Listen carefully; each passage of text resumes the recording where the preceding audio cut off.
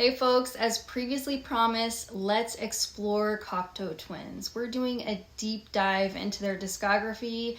I'm ranking their albums and their EPs respectively. Actually, at the end, I will rank my top 20 songs by the band as well. This is going to be a long one.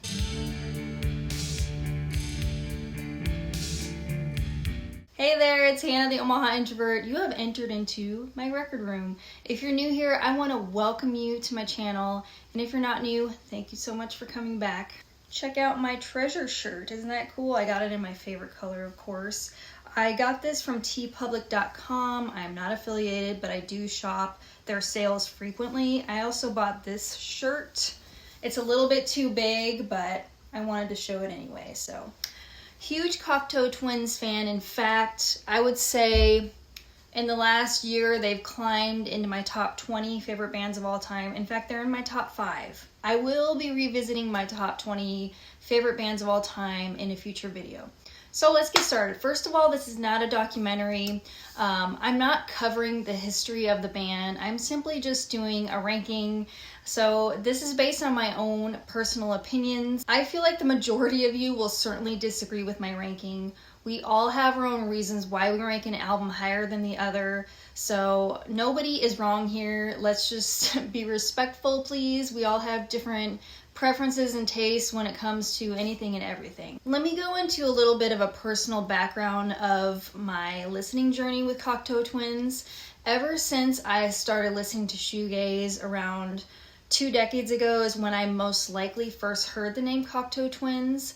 I kept reading that they were very influential to shoegaze, but I didn't really take the time to listen to some of their albums until maybe 10 years ago when I first heard Heaven or Las Vegas. That was my first exposure, and coincidentally that's the first one I found on vinyl when I started collecting. So I probably heard Treasure after that, and then I didn't revisit them again, sadly, until a few years ago. Once I started listening to them more and more, I fell for them even harder. I got sucked into their sparkling dream pop sound. I love the different directions the band took over the years. I am totally on board with how you cannot decipher what Liz Fraser is singing on several albums. Personally, I focus on the music typically and not the lyrics, so there's really no complaints from me there on that front. This was an incredibly musically and innovative band. I want to say that no Cocteau Twins album is a poor album. I actually really like or love them all. However, as is the nature of many ranking videos, I have to place something last, even though I may not want to. They have a really solid discography, and it does pain me to put things in the lower half with them. Also, I am including their collaboration album with Harold Budd in the album ranking. Compilations aren't included in my actual ranking, although I will briefly touch upon them and cover what I own and recommend as far as compilations of theirs. So after I do the album ranking, I will rank their EPs, but only their EPs up until 1990. I feel like the EPs released in the 80s are the most crucial and essential. And then I'll do my top 20 songs at the very end. So this is going to be like a crash course into the music of Cocteau Twins, and my reviews are not going to be really in depth. Some will be shorter than the others, but let's get started already. Okay, so at my number 9, I actually have The Moon and the Melodies right here, and this is their collaboration album with Howard Budd. So it is my last place, unfortunately. So Howard Budd was a well-known ambient and avant-garde composer, probably most well-known for his collaborations with Brian Eno. He died, I believe, just a few years ago, but I definitely don't think this is a bad album. Don't get it twisted, please. Remember, none of these are bad albums. It's just my last place because Liz Fraser only sings on 4 tracks, and if it's a Cocteau Twins album or associated with Cocteau Twins, I just want to hear more of her angelic voice, so I had to put it in this spot. The other tracks are ambient. So, like I said, I just want more Liz Fraser. If you're new to Cocteau Twins, I do not recommend starting here. You just don't get the complete experience as you do with their other records. My favorite track is probably She Will Destroy You, and that last track is stunning as well. Ooze Out and Away, One How. So There's No Hate. It is a gorgeous album. That's my number 9. And this is an original, by the way. That is due for a vinyl reissue. Okay, I know I'm gonna get some flack for this one. This is my number 8. I know, I already know y'all are gonna give me shit for this, but number 8 is Garlands. I can already hear you guys, but Hannah, why is this number 8? You love post-punk. Why do you have that so low on your list? I'll explain this again. None of these albums are bad albums. This is just a more underdeveloped Cocteau Twins. Like, they haven't found their signature dreamy and ethereal sound yet.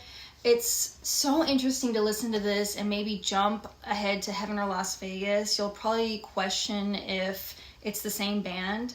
Like, the evolution of this band is mind-blowing, in my opinion.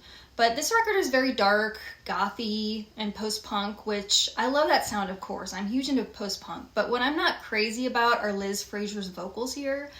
Same thing with the first 2 EPs. She does this tremolo, warbly, is that a word? Yeah, a warbly type thing with her vocals that I don't particularly care for. If you're familiar with this album, you probably understand what I'm referring to. There's an overuse of that with the vocals. I think the production is fine. It has like some Susie and the Banshees vibes as well, that very early 4AD sound. It's classic. Great guitar, bass interplay you'd expect from a good post-punk offering. It's very mechanical. Not a bad start by any means, but I just like the direction they took after this so much more. And I still respect this album immensely. Wax and Wane is probably the well-known song off of here, but my favorite song is the title track, Garlands. Yeah, so I just know some of you will give me hell for putting this where I put it, but after my explanation, I hope you can understand where I'm coming from and why it's in that spot. So number 8 was Garlands. And that is an original UK press. My number 7 is 4 Calendar Cafe. So this kind of threw me off when I first heard it. It's nice that they're experimenting more here. Like, it's a record very much of its time. So it's an early 90s record. There's a lot of layered acoustic guitars. It still has a very atmospheric vibe, but I just prefer them to have that more 80s wash of sound, like that dream pop mode. This is very polished. Like I said, very of the 90s. This album is still very effective. It's still moving. The first track is stunning. Know Who You Are at Every Age. I love that. And then it goes into Evangeline and Bluebeard. Bluebeard has kind of like a twangy guitar thing going on, which I dig. In fact, I just love Guthrie's guitars throughout this record. My Truth is perhaps more of a deep cut that I love. Summerhead is also a favorite. So, you know, kudos to them for being a little more adventurous with this record. It is one I do enjoy returning to, and I just love the cover art on that. So that's my number 7, 4 Calendar Cafe. And that is a reissue I picked up just recently. Okay, number 6 is Milk and Kisses, and this is just one I have on CD. Having a very hard time finding this on vinyl. It's very expensive, even the reissues, so for now, I'm just enjoying my CD. This is a very charming album. It's their last studio album. It seems like they were trying to recapture what they did in the 80s. So Fraser is back to doing like the unintelligible vocal type thing. I love the opening with the first 3 tracks, Violane, Serpent Skirt, and Tishbite. In fact, one of those is in my top 20 for the band. Eperdue is very airy and just breathtakingly gorgeous. I feel like many people don't mention that one, but her vocals are just stunning, and there's a shimmering guitar on it. Fraser does that singing style where she kind of rolls her tongue or whatever. Ups is another great track, so excellent. I love when the drums kick in on Treasure Hiding. This is actually a really strong album, and that's kind of why I put it just slightly ahead of 4 Calendar Cafe. Seekers Who Are Lovers is a great closing track. It's a great career closing album, a bit dramatic. Fraser and Guthrie, they're giving it their all. I like that they were going for a more nostalgic Cocteau Twins vibe for this one. So, yep, that's my number 6, Milk and Kisses. This one came out in 1986, and I have a Canadian pressing. And I know that they reissued this in the past few years on vinyl. This is a very delicate and pure record. It is considered their acoustic album. There's very little percussion on this record. So if you didn't like the drum machines prior to this, then do check this one out. It's just a transcendent, airy, magical and whimsical album. This had to be influential to the new age scene, like going forward from this point. I can just imagine like this being the perfect soundtrack for the cold winter months, like imagining you're on a glacier or something. It's just serene stillness, totally different direction they took with this record. It's also quite short at 32 minutes long. So with all that praise behind it, I'm still not sure I would recommend it as an intro to the band. I'd probably steer you to any of the upcoming albums in my ranking for a Cocteau Twins newbie. So this definitely showcases Fraser's vocal prowess, but if you want more of the layered instrumentation that you get on the other Cocteau Twins records, that's what's lacking on this record. However, that being said, I do get lost in this album. It's incredibly enchanting. If you want a light and feathery album, look no further. Lazy Calm is an amazing opening track. It's like 6.5 minutes. It sets the tone of the record. Fluffy Tufts is next, and it has like this dance-like light guitar. There's also some darkness on the album, some melancholy in certain tracks, like throughout the dark months of April and May. But other tracks are very light and uplifting. How to Bring a Blush to the Snow is magnificent. That's one of my favorite tracks of theirs. Ooming Mac shows Fraser's like operatic side to her vocals. This is truly a unique listening experience with this album. You'll need to listen to it several times for it to have an effect, but what an album indeed right here. That's my number 5. Okay, so we're going into the top 4. What's the significance of the top 4 for me? These are the ones that I return to the most, and they can be interchangeable. So maybe one of these, you know, for instance, my number 4, it could be my number 1 the next day, the next month, whatever. It just depends what I'm feeling, you know, and so on. Rankings change through time. So my number 4 is Heaven or Las Vegas. I am well aware that this album is many people's favorite when it comes to this band and actually shoegaze and dream pop in general. I get it. That's totally cool. Look at my copy, you guys. So I found this in either Seattle or Portland 3 or 4 years ago, and some dumbass opened it through the top instead of, you know, how it's intended on the side. So I have a damaged top cover. It's totally open there.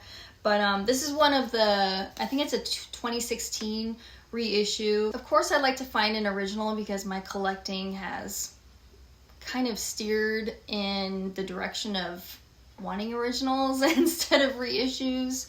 And that's the more expensive route for sure. But if you do find a reissue, pick it up. Even the reissues are worth money and hard to find. But let's get back to the album. So the opener with Cherry Colored Funk is perfect, right? Pitch the Baby has this cool, funky groove to it. One song on here that doesn't do much for me is Road, River, and Rail. But the result of this album is their fully realized shoegaze and dream pop sound. They're in a category all their own when it comes to dream pop and shoegaze, in my opinion. All that being said, I love this album. It's the first record I heard by them. It's a perfectly adequate place to start with them if you're new. Fraser's vocals are more restrained compared to the last few albums. They took more of like a pop approach, and that's not bad, but I do prefer when she's a little more free and Kate Bush-esque.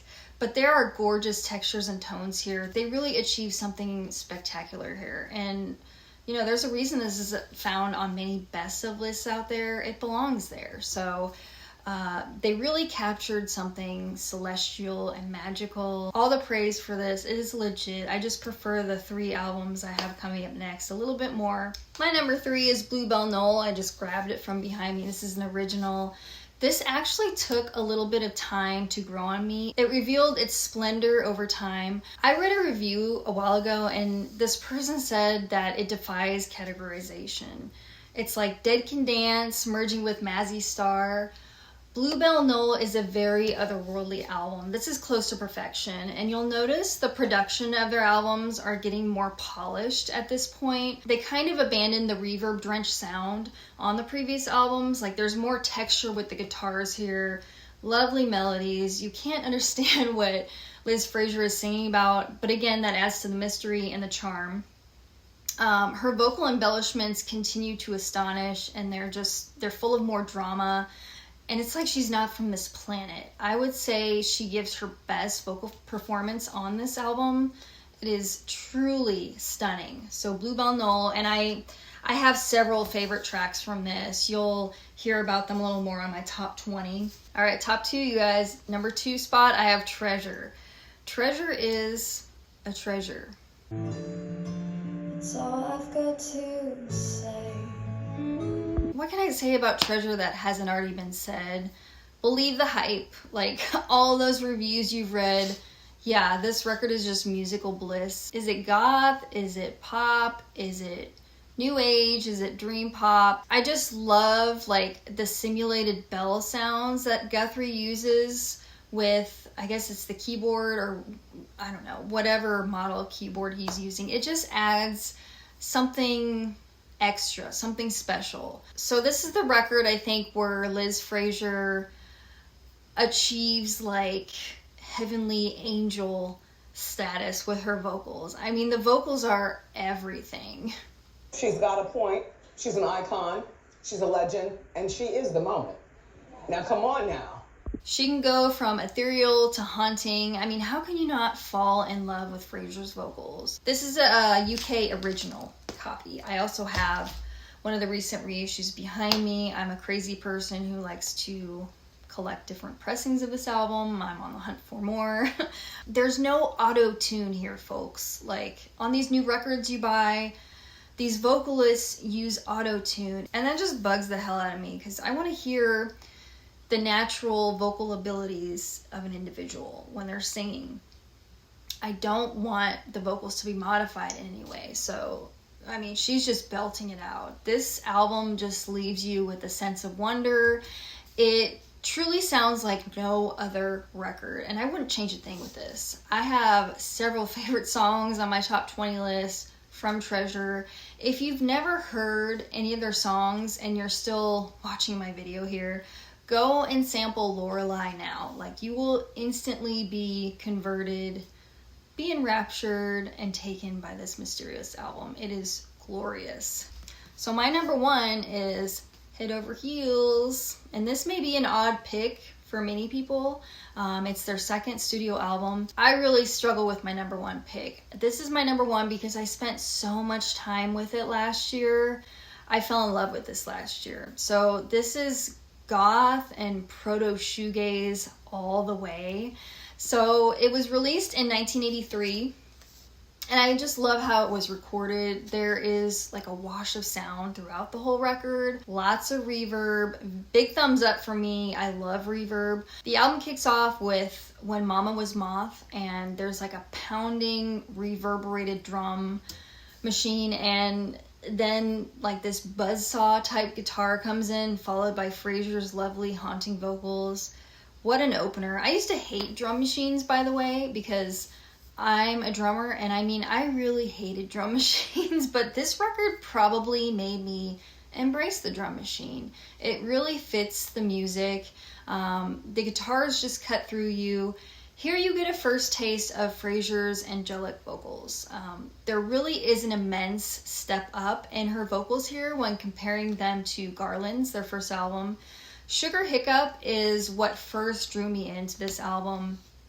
I would replay that track over and over again. It's perhaps the first dream pop song ever. So if post-punk married dream pop, this exemplifies that. This is the result. Such an important and groundbreaking album. Gorgeous. Favorite songs: Inner Angelhood, In the Gold Dust Rush, My Love Paramore, and the perfect stunning ending song with musette and drums. One song I can maybe do without on here is Glass Candle Grenades, but this is just, you know, I love post-punk. I'm a post-punk girl, and this album is tops. So 4AD original. Yeah, I also have a reissue behind me. All right, so that's my ranking of 9 of their studio albums. Now we're gonna jump on into the EPs. Before I do that, actually, let me kind of go over some of their compilations that I enjoy. Probably the most well-known comp is the Pink Opaque, and this is an original I won off of eBay for like 25 bucks recently. I also have a reissue behind me. But yeah, this would be a pretty good place to start.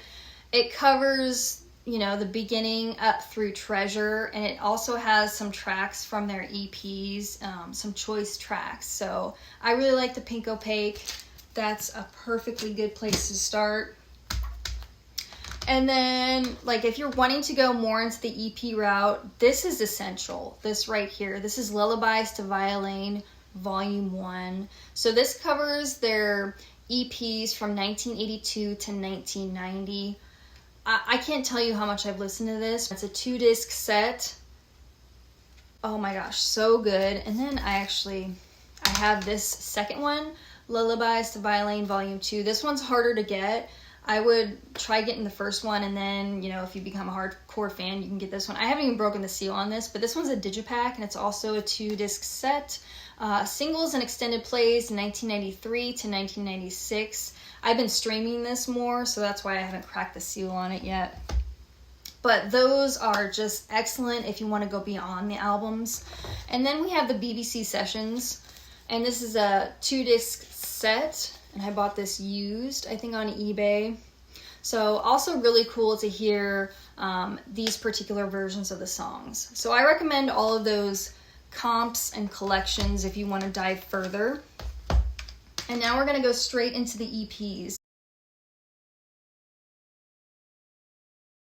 So remember, I'm covering the EPs from 1982 to 1990. So my number 9, and I don't have this on any format, my number 9 is Peppermint Pig, which is their second EP.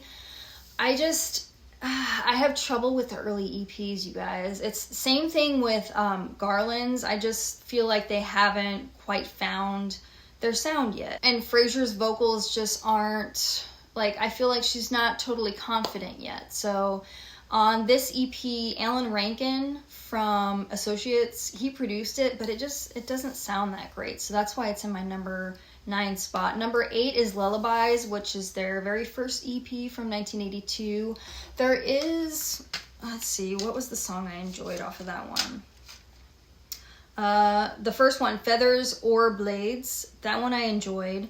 But I don't know, like their early EPs, those first 2, they're not super memorable to me. So that's why they're in my last spot. Number 7, I have Ice Blink Luck, and outstanding vocals throughout, but the songs just don't really leave much of an impact on me except for the title track, Ice Blink Luck. So that's from 1990. Watchlar is also an interesting track. Number 6, I have Echoes in a Shallow Bay. And I have this really cool Canadian press that has Echoes in a Shallow Bay and Tiny Dynamite. So, you know, it's a gatefold. I also have a newer reissue behind me of both of those EPs. So yeah, Echoes in a Shallow Bay. Don't you just love the artwork on all of these? So this one came out in 1985. Pale Clouded White is my favorite track off of it. It's very dramatic. Eggs in Their Shells is my second favorite from that one.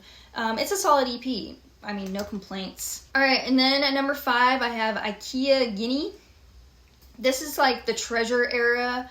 This sounds outstanding on vinyl. I love the first 2 tracks, IKEA Guinea and Kookaburra.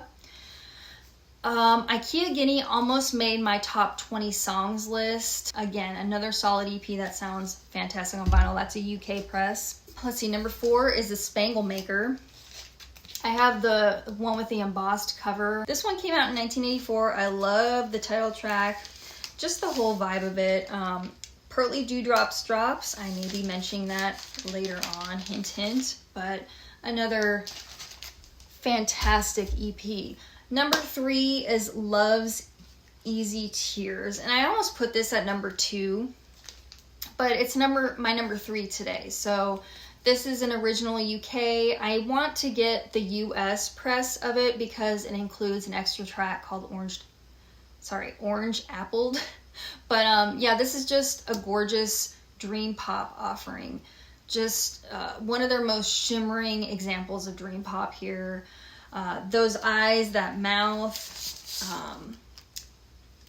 Of course, the title track, Love's Easy Tears, and then the other song is Sighs Smell of Farewell. Absolutely gorgeous. Number 2, I have Sunburst and Snowblind. So this is the one that came out in 1983, I believe. So it's the Head Over Heels era.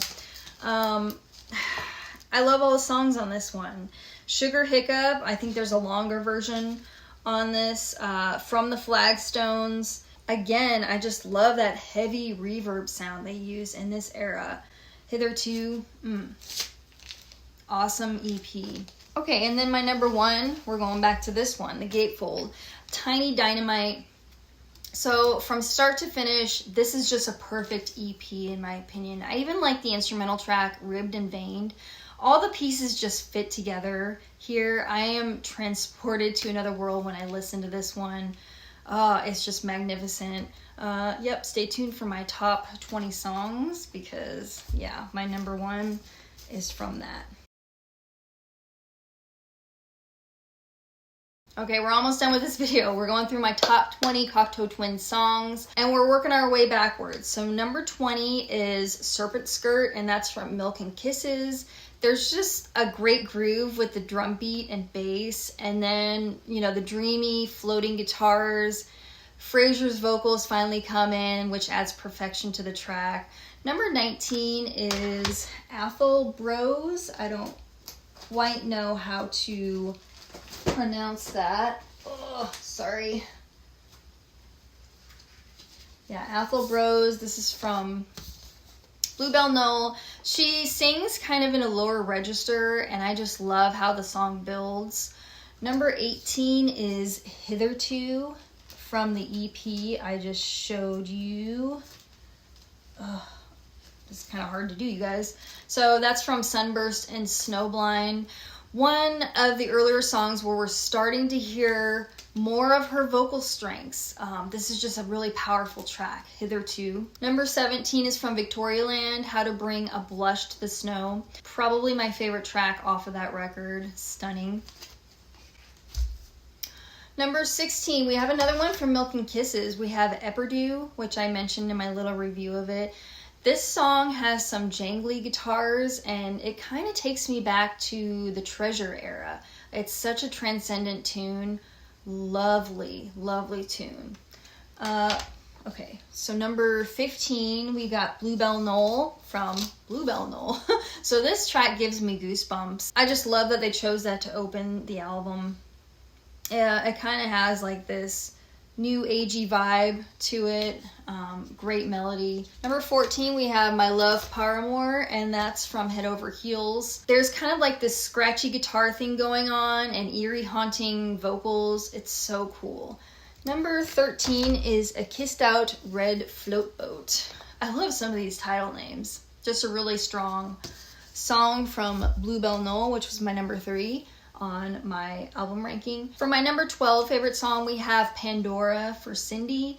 The vocals are just so impressive. I want to float down a river listening to this song.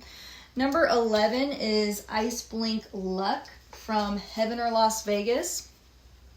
Yeah, number 10 is Pearly Dewdrops Drops from the Spangle Maker EP. I feel like that's kind of a well-known track from them.